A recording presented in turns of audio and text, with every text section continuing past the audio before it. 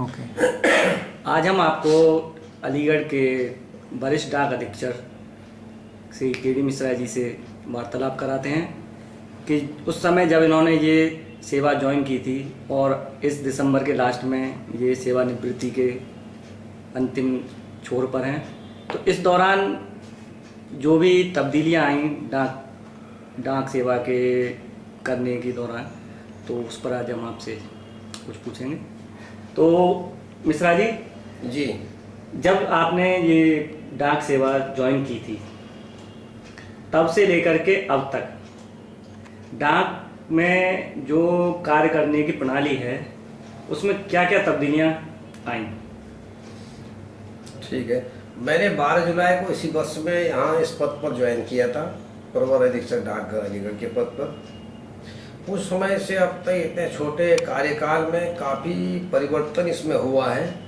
अगर सही मायने में पूछो तो इस समय भारतीय डाक विभाग हिंदुस्तान में समस्त विभागों में सबसे तेज गति से विकसित हो रहा है, परिवर्तित हो रहा है। आधुनिकीकरण इसका हो रहा है, कंप्यूटराइजेशन इसका हो रहा है। इस सिलसिले में जब मैं यहाँ ज्वाइन हुआ था तो हमारे शाखा डाकघरों से लेके सब ऑफिस से लेके हेड ऑफिस तक रजिस्ट्री बुकिंग का काम मैनुअल होता था। अगर कहीं पर कंप्यूटरीकृत डाकघर है तो रसीद कंप्यूटर से बनती थी और उसका डिस्पैच सब मैनुअल किया जाता था। आज की तारीख में हमारे यहाँ ARMNet एक सॉफ्टवेयर आ गया है रजिस्ट्री के लिए। उसके तहत हमारे यहाँ बुकिंग से लेके डिस्पैच से डिलीवरी तक वो काम अब सब कंप्यूटराइज तरीके से सिस्टम से हो रहा है। ये सबसे बड़ी तब्दीली है। आज ही हमने सिस्टम मैनेजर से की मीटिंग ली थी।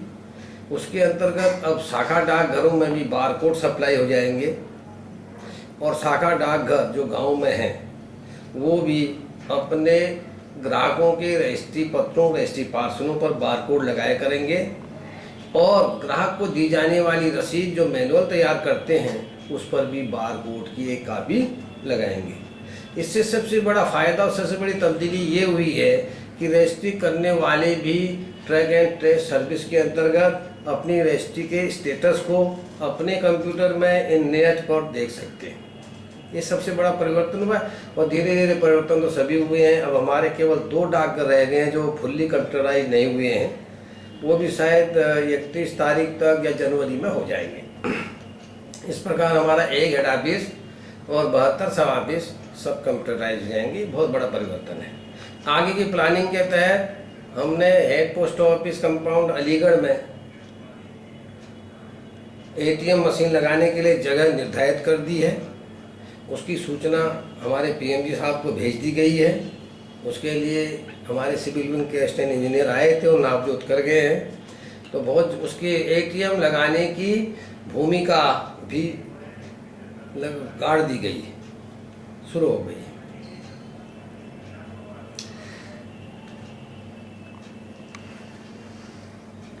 अब अगर इस डाक सेवा से अगर हम इतर होकर के आपसे अगर जो इस समय के कई मुद्दे चल रहे हैं उसमें से एक प्रमुख जो विधानसभा चुनाव हुए हैं 5 राज्यों में, उसमें जो दिल्ली में चुनाव हुआ उसमें एक ऐतिहासिक जीत दर्ज की आप पार्टी ने, तो आप इस आप पार्टी की ऐतिहासिक जीत जो दर्ज की है इसको राजनीति में किस प्रकार का परिवर्तन मानते हैं?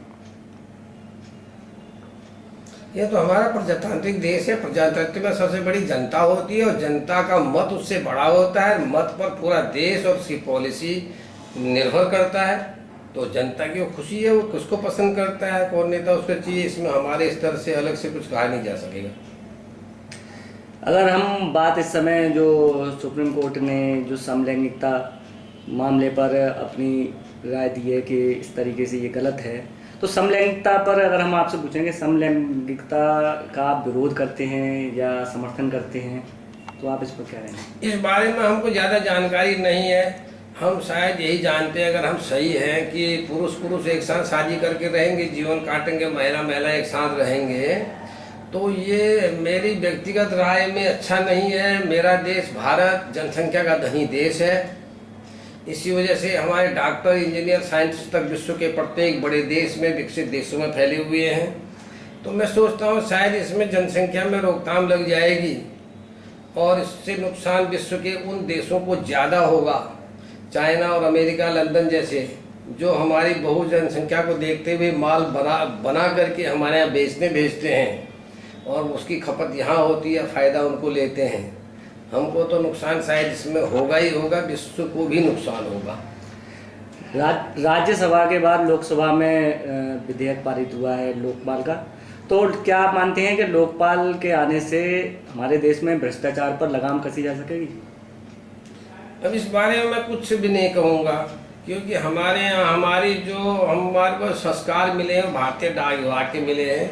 भारतीय डाक विभाग में आज तक ऐसे किसी नए कानून की आवश्यकता हमको कहीं दिखाई नहीं दी।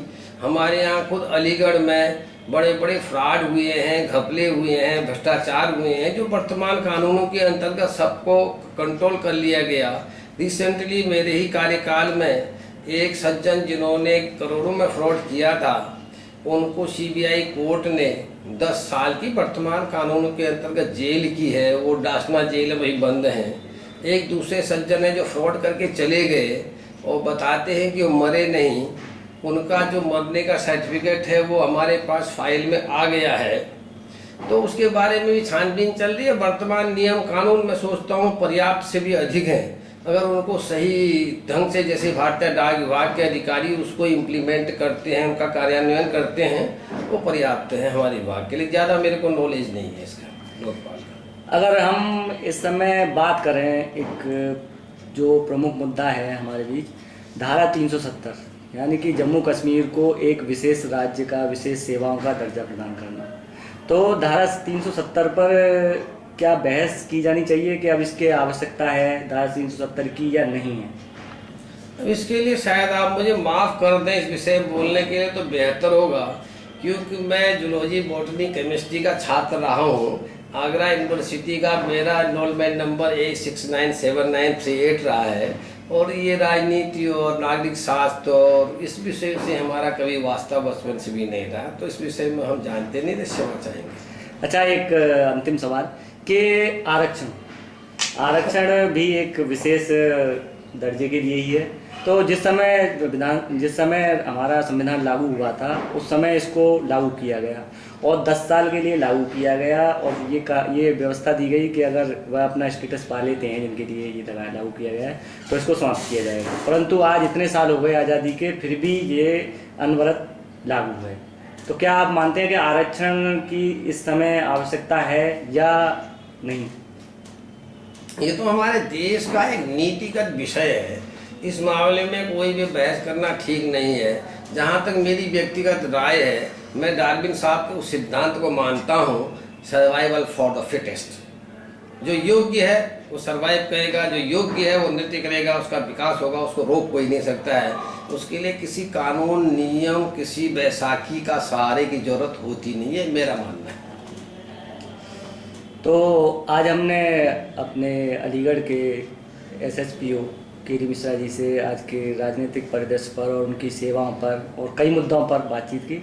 मैं चमन शर्मा, cityajkal.com के लिए महेश भारती वीडियो।